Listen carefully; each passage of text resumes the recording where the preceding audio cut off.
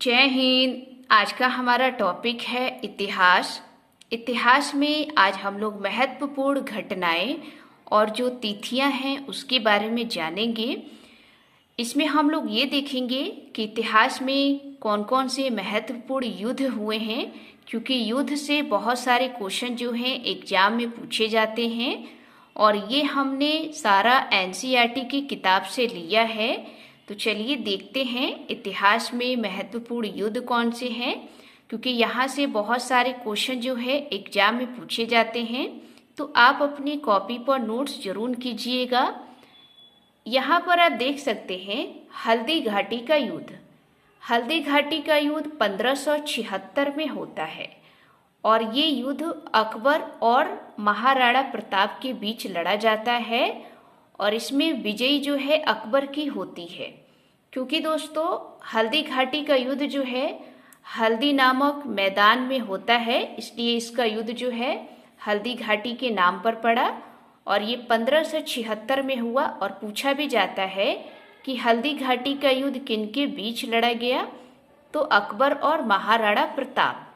क्योंकि दोस्तों जब ये युद्ध अकबर जीतता है तो महाराणा प्रताप जो है वो जंगल में चले जाते हैं, कुछ समय तक ये जंगल में ही रहते हैं।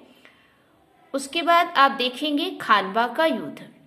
खानवा का युद्ध 1527 में होता है और ये युद्ध बाबर और राणा सांगा के मध्य लड़ा जाता है और इसमें जीत जो है बाबर की होती है। दोस्तों बाबर जब भारत में आता है तो ये लगातार युद्ध करता है और इसमें इसकी लगातार जो है जीत होती है, क्योंकि दोस्तों बाबर ही भारत में जब आता है तो ये मुगल साम्राज्य की स्थापना करता है। तो पूछा भी जाता है कि बाबर ने कौन कौन से युद्ध लड़े और मुगल साम्राज्य की स्थापना किसने की, तो बाबर ने की। तो आपने देखा खानवा का युद्ध 1527 में बाबर और राणा सांगा के मध्य होता है और इसमें जीत जो है बाबर की होती है। उसके बाद बाबर जो है अगले वर्ष फिर से एक युद्ध लड़ता है और वो है चंदेरी का युद्ध। चंदेरी का युद्ध 1528 में होता है और बाबर मेदिनी राय के बीच लड़ा जाता है। इसमें भी जीत जो है बाबर की ही होती है।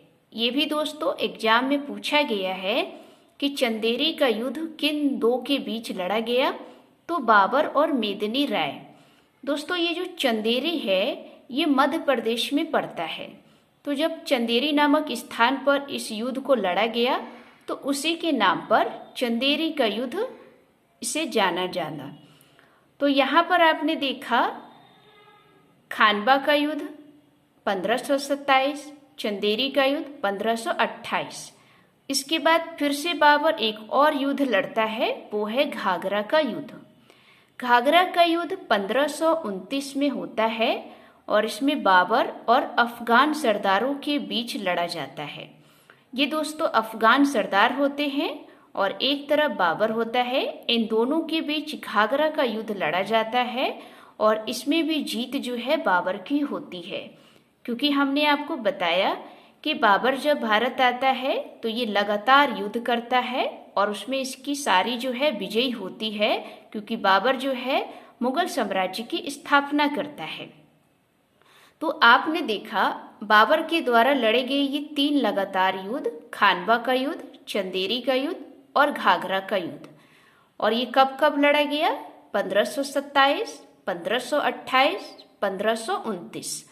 और इसमें सब में जीत आप देख सकते हैं बाबर की ही होती है। आगे आप देखेंगे चौसा का युद्ध। चौसा का युद्ध 1539 में होती है और इसमें दोस्तों हुमायूं और शेर शाह शुरू के बीच ये युद्ध लड़ा जाता है। ये पूछा भी गया है कि चौसा का युद्ध किन दो के बीच लड़ा गया, तो हुमायूं और शेर शाह सूरी के बीच।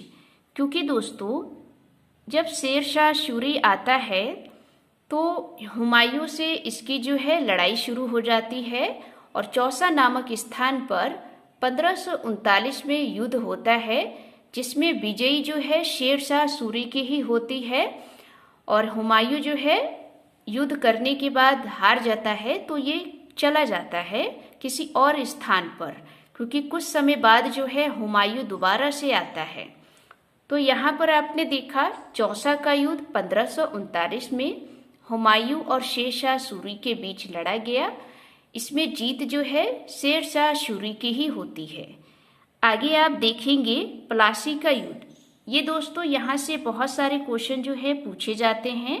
प्लासी का युद्ध, बक्सर का युद्ध, क्योंकि ये इतिहास में बहुत ही महत्वपूर्ण युद्ध रहा। तो यहाँ आप देखेंगे प्लासी का युद्ध। प्लासी का युद्ध 1757 में होता है और ये युद्ध जो है सिराजुद्दौला और क्लाइव के बीच लड़ा जाता है। क्योंकि दोस्तों जब ये प्लासी का युद्ध होता है तो इस युद्ध में अंग्रेजों की जीत होती है और अंग्रेज जो है इसी युद्ध से आगे जो है भारत पर अधिकार करने लगते हैं। क्योंकि उसके बाद आगे एक और युद्ध होता है जिसमें पूरा ये भारत को अपने अधिकार में कर लेते हैं। तो यहाँ पर आप देखेंगे कि प्लासी का युद्ध 1757 में सिराजुद्दौला और क्लाइव के बीच होता है। इसमें जीत दोस्तों अंग्रेजों की ही होती है, क्योंकि लगातार अंग्रेज जो है युद्ध को जीतते हैं। क्योंकि अंग्रेजों की जो सेना होती है वो बहुत ही स्ट्रांग थी उस वक्त।